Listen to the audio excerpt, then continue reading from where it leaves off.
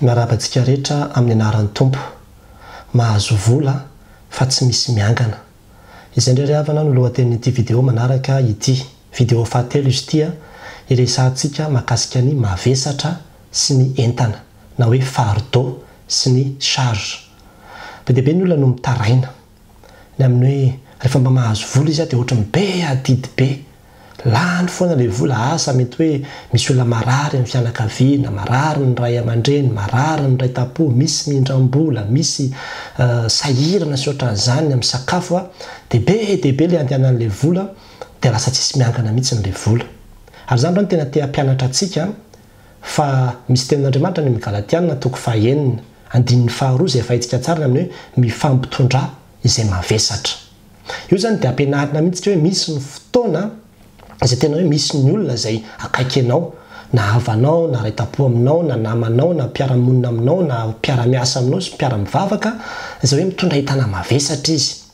Ilay mavesatra izay resahana io dia tena zavatra hoe tsy zakan'ny rery mihitsy, tsy zakan'ny rery ilay izy fa tokony ho ampiana izy. Indraindray zany mety hoe asa nisy vona tampoka izay niseho taminy, zavatra mandalo ho entana mavesatra io, na fahoriana io na mety hoe narary niditra hôpitaly tampoka izy na tsy fantatro mainy tranony na nisy nangalatra tao amin'zareo na hoe tsy fantatro nisy zavatra tena hoe niala tsy niasa izy na ohatran'izay zany dia amin'izay fotoana izay dia zay ilay atao hoe mavesatra izay tsy zaka tokony hifampitondrana, hifanampiana sy hifanohanana na iza dia tsy afaka tokony handahan'izay tsika.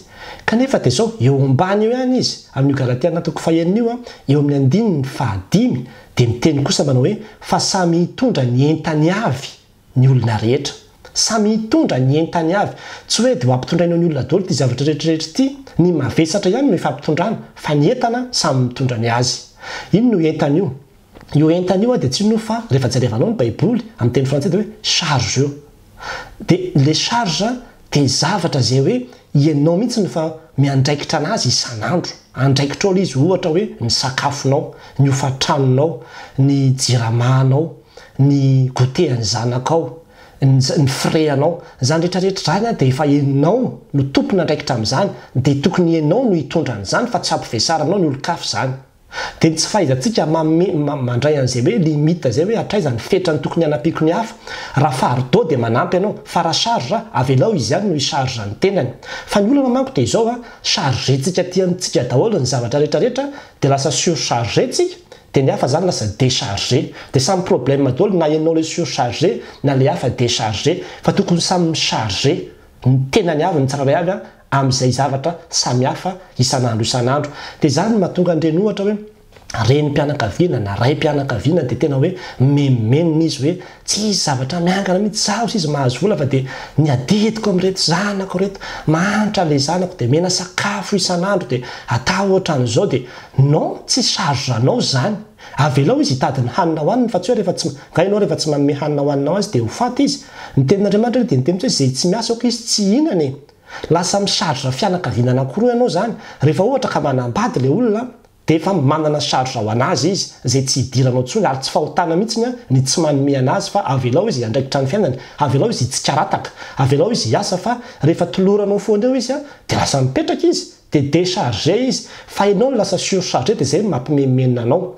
Raha ohatra ndraiky ozy ianao manao ny hafa efa fifaliako mihitsy ny manampy an'ilay zanako, ilay zafikeliko sy ny ohatran'izany dia aza memenina ary fa tena ataovy amin'ny fifaliana zany ilay izy. Fa ilay vidéo antsika manko dia miresaka ny amin'ireo ilay olona hoe izahay dia mahazo vola hozy izy nefa dia tsisy miangana mihitsy fa dia lany amin'ny didy amin'ireto olona sahirana be dia be manantona anay reto. Dia misy tena miteny izany isaky mba mahazo vola hozy izy dia misy marary foana eo amin'ny fianakaviana dia indraindray izy mbola hoe tsy manambady fa indraindray koa misy efa manambady dia tsy mahay manavaka izay hoe charge sy fardeau zay dia lasa miantoka n'ity karazany frean'ny olona, miantoka ny sakafon'ny olona, miantoka ny tiratra rehetrarehetra ity fa tsy izany mihitsy. Foziny tena aoka ny olona rehetra samy hitondra ny entany avy.